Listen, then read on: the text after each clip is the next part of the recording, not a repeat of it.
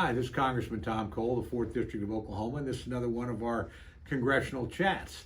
This week, obviously, Congress has not been in session, so I've been in my district office where we're recording this video right now.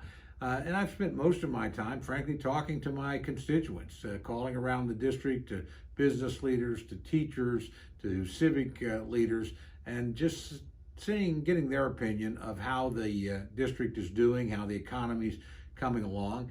No question, everybody knows this is a difficult time. COVID-19 makes it difficult for every single American, and certainly awfully tough right now as Oklahoma schools are making difficult decisions as to whether or not to open fully or teach their students virtually. These are tough decisions. They're decisions best made by local school boards, superintendents, and parents working together. And frankly, I'm very supportive of our school leaders that are having to grapple with this problem. I see a variety of different approaches being taken, but each one makes sense in terms of the context of the local school district and what folks want to do. And we ought to be supportive of that. I will tell you, I've been very disappointed that I was not in Washington this week.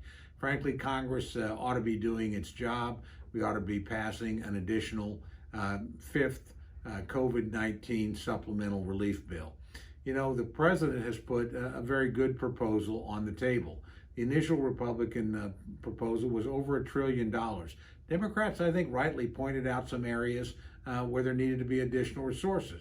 Another $100 billion for schools, another significant tranche of money for state and local governments, additional money for a variety of medical needs.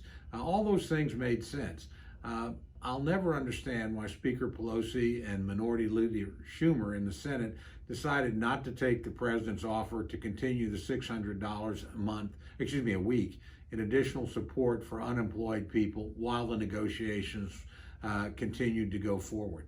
And frankly, I think the president's offer of an additional $400 makes a lot of sense. I talked to enough employers to know that there are folks that are having a hard time getting folks to come back to work because the unemployment benefits in some cases are more generous than the wages that people had been receiving.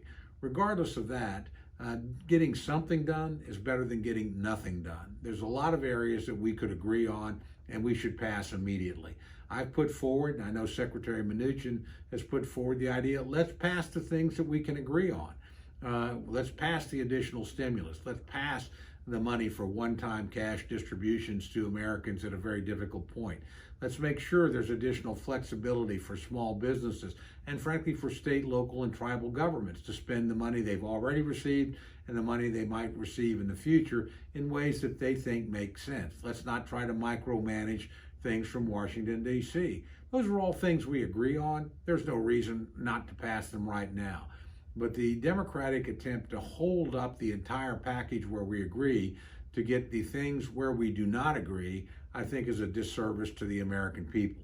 We're frankly, exploiting their pain to try and use as political leverage. I shouldn't say we. This is very exclusively Speaker Pelosi and Minority Leader Schumer that have made this decision.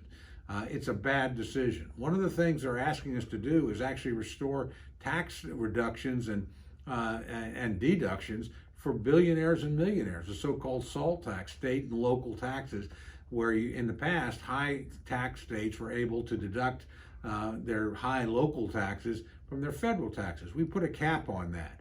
Most of the people that benefit from that are very wealthy people living in very wealthy states.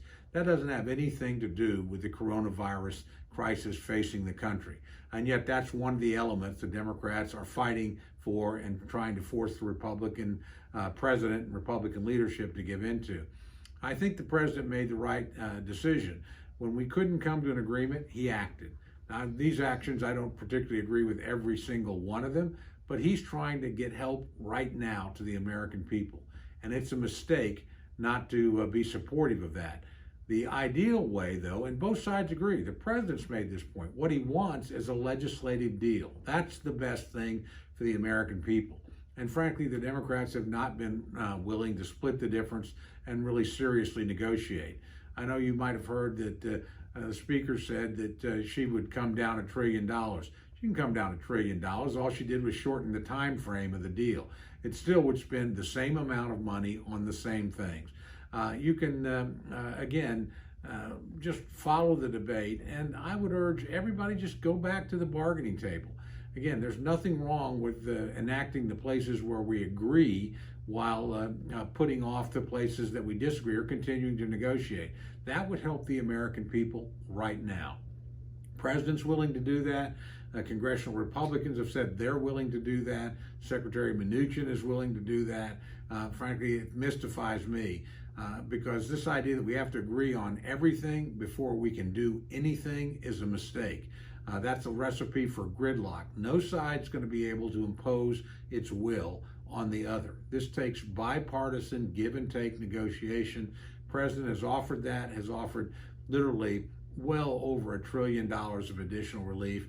It's unfortunate the Democrats have chosen not to come to the table.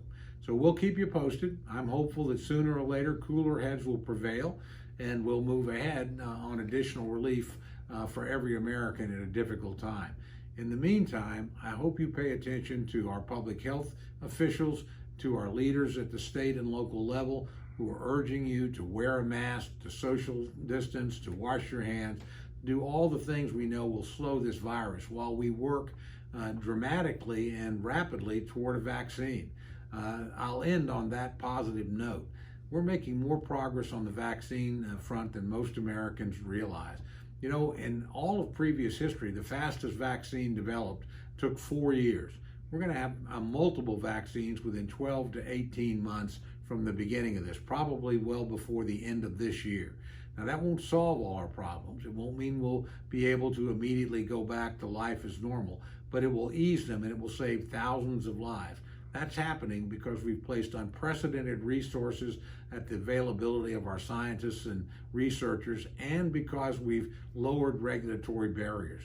We're going to beat coronavirus, and the federal government is going to have played an important role in that. But in the meantime, your part, and just like my part, is to wear your mask, to continue to socially distance, to wash your hands, and to be considerate of your fellow Oklahomans and fellow Americans as we work through this difficult time in our history.